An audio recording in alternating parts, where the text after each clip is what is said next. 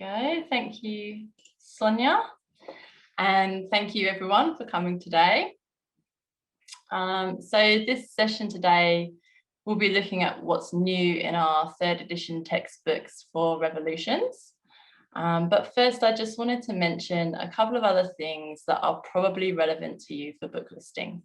So I know we've had some inquiries about our study and exam guides. So I just wanted to let you know that we are bringing out new editions of these as well.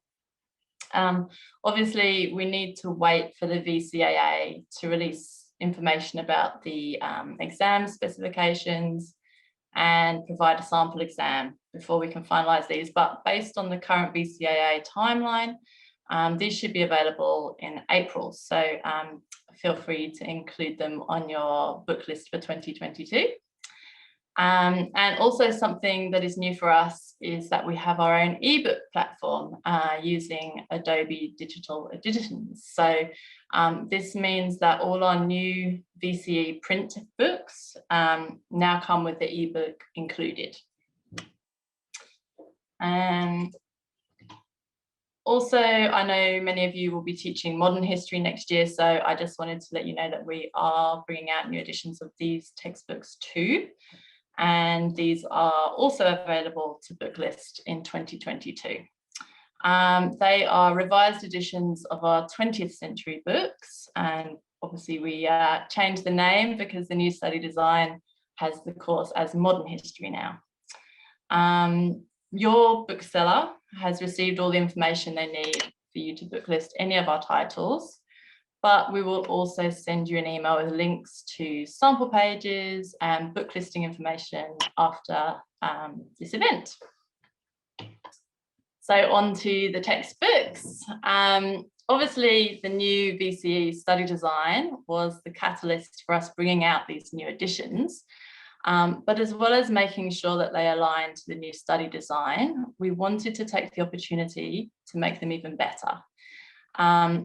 And the two things that we really focused on to drive this were firstly, wanting to respond to teacher feedback that we've received, and secondly, wanting to make the books as engaging as possible for students.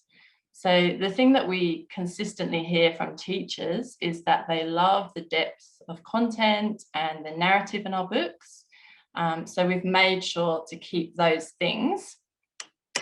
But we've also listened to your feedback on improving accessibility and worked with our expert authors across the series to make these editions more engaging and accessible for all students. I'm just going to do a quick overview of what's new in these editions, but I'm sure you're all keen to hear from Tom, who will elaborate in more detail. So the authors have done huge amounts of rewriting for these editions. There's shorter sentences, simpler language, more headings and subheadings, shorter chapters. That's all with the aim of reducing the effort for the reader. But importantly, nothing has been dumbed down. The ideas are still complex, but now they are more accessible. Key content is also summarised at the end of each chapter, so that students can easily identify examinable material. The design of the new editions was also really important to us. Students are very design savvy these days, and we wanted to produce a textbook that was visually engaging to draw them further into the content.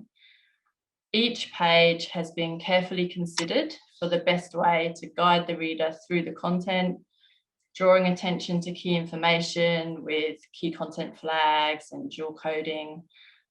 We have fresh new illustrations, which you'll see later. These have actually been done by one of Tom's former students. And again, they just really add to the visual appeal of the book.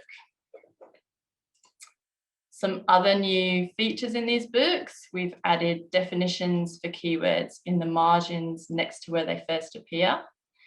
You'll also notice little black flags. These are highlighting key content. So if students are overwhelmed by reading large sections, then at least they know at a glance what's a key source or a key paragraph, and then at the very least they should read that.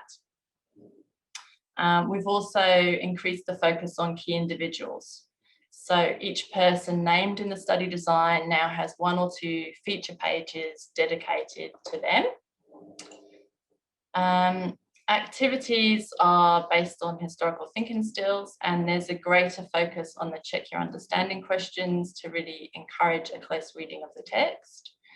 And there's going to be additional resources available on our Beyond the Book website, which will go live later this year.